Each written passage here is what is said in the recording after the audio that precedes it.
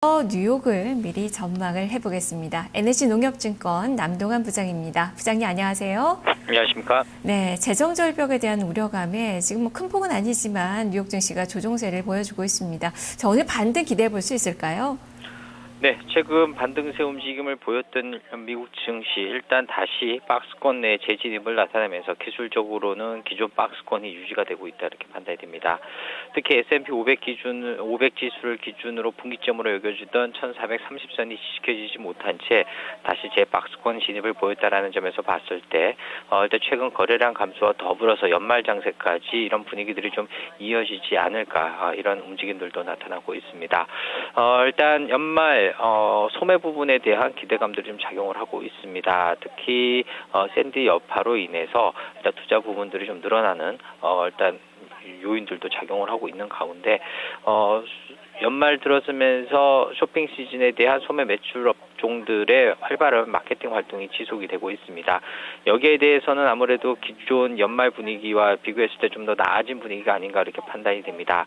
다만 그럼에도 불구하고요, 재정 절벽에 대한 위기감이 작용을 하면서 긍정적인 소비 시즌의 기대감들이 일단 연말 그리고 연초에 대한 기대감으로 확산되지 못하고 있다 이렇게 판단이 됩니다. 이런 가운데 투자 심리도 일단 방향성을 좀 잡기가 힘들어 보이고요. 기술적으로도 박스권 진입을 나타냄에 따라서 관망 장세가 좀 유효할 것으로 판단이 되고 있습니다. 여전히 2주 정도밖에 남지 않았기 때문에 어느 정도 파장 분위기가 연출이 되고 있는 그런 뉴욕 증시의 움직임이 아닐까 싶은데 그래도 재정 절벽에 대한 우려가 있어서 어느 정도 트레이더들이 휴가를 못 가고 증시를 좀 바라보고 있지 않나 싶어요. 자, 오늘도 여러 가지 일정이 있을 텐데요. 살펴봐야 될 일정들도 소개를 해주시죠.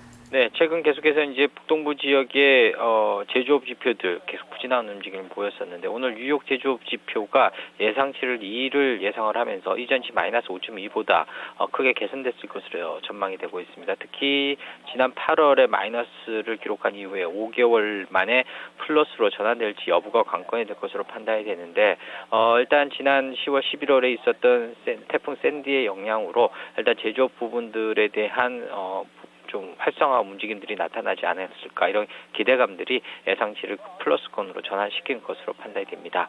하지만 경기 전반에 대한 움직임으로 확산돼서 이해되기보다는요 이런 부분들은 이제 단기적인 요인으로 좀 그칠 계절적 또는 특수성 요인으로 일단 시장에서는 판단할 가능성이 높을 것으로 판단이 되고 있습니다.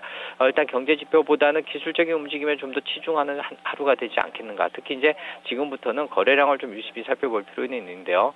거래량이 감소할 경우 시장의 움직임들 연말까지 좀 한산한 장세로 이어질 가능성도 없지 않아 있다라는 것을 염두에 둬야 되겠습니다. 네, 알겠습니다. 말씀 잘 들었습니다. 고맙습니다. 네, 뉴욕 제조업 지수가 발표가 되는데요. 경기에 대해서 어떻게 움직임이 지표로 나타나는지 여부 체크를 보셔야 될 것 같고요. 재정 절벽 여전히 주요 이슈이기 때문에 또 오늘 미증시에 미치는 영향도 살펴보셔야 될 것 같습니다. 일단은 박스권 흐름이 전망이 되고 있는 해외 증시의 움직임입니다. NH농협증권 남동환 부장과 함께했습니다.